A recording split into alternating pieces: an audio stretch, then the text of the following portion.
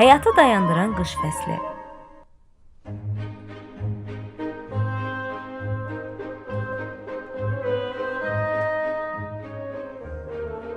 Qış fəsli bir çox canlı üçün həyatın bir növ dayandığı mərhələdir.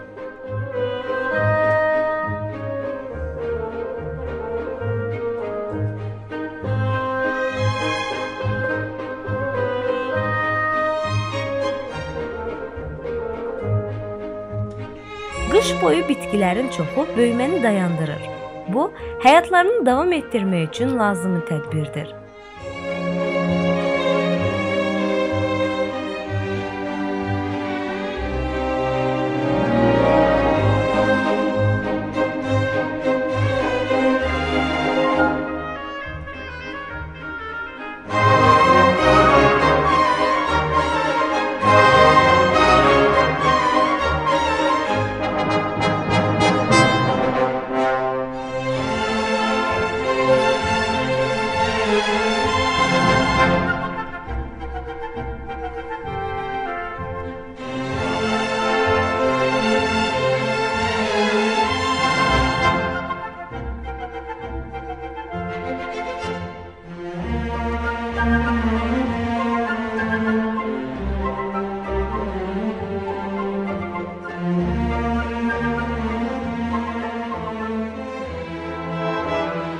İstiqanlı heyvanlar üçün vəziyyət daha fərqlidir.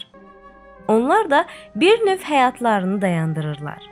İstiqanlı canlılar bədən temperaturlarını müəyyən dərəcədə saxlamalıdırlar. Ancaq bədən temperaturunu qorumaq çox böyük problemdir. Çünki məməlilərin bədən temperaturu ətraf mühitin temperaturundan çoxdur.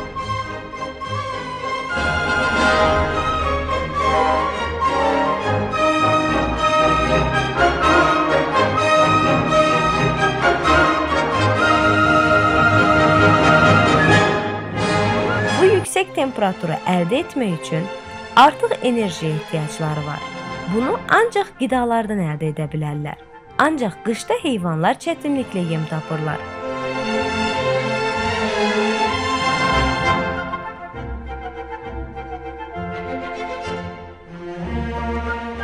Buna görə bir çox quş növü Uca Allahın ilhamı ilə payızda isti cənub ölkələrinə köç edərək bu problemdən xilas olmağa çalışır.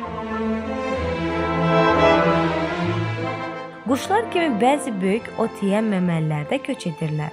Ancaq bəzi məməli heyvanlar üçün bu cür səfər qeyri-mümkündür. Buna görə də fərqli metodla özlərini qorumağa çalışırlar.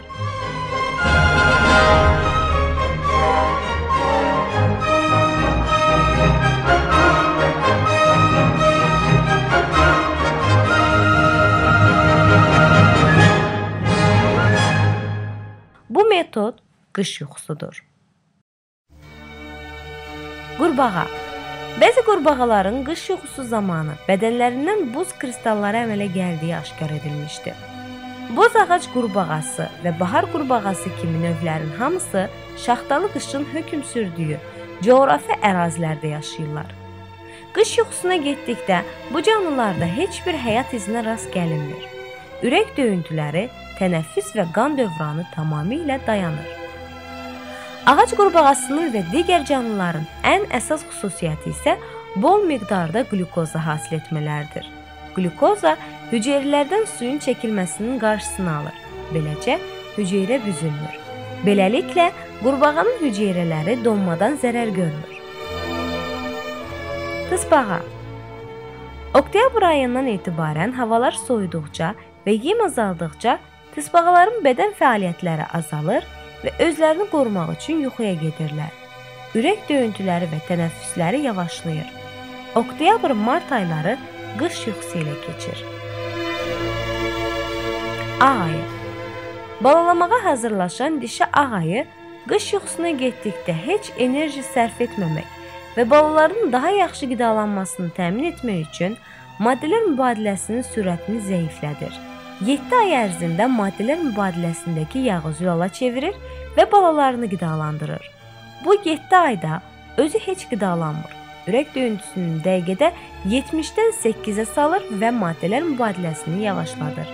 Bu dövrdə yemək yemədiyinə görə təbii ehtiyacları da olmur. Beləcə, balalarının doğacağı dövrdə artıq enerji sərf etmir.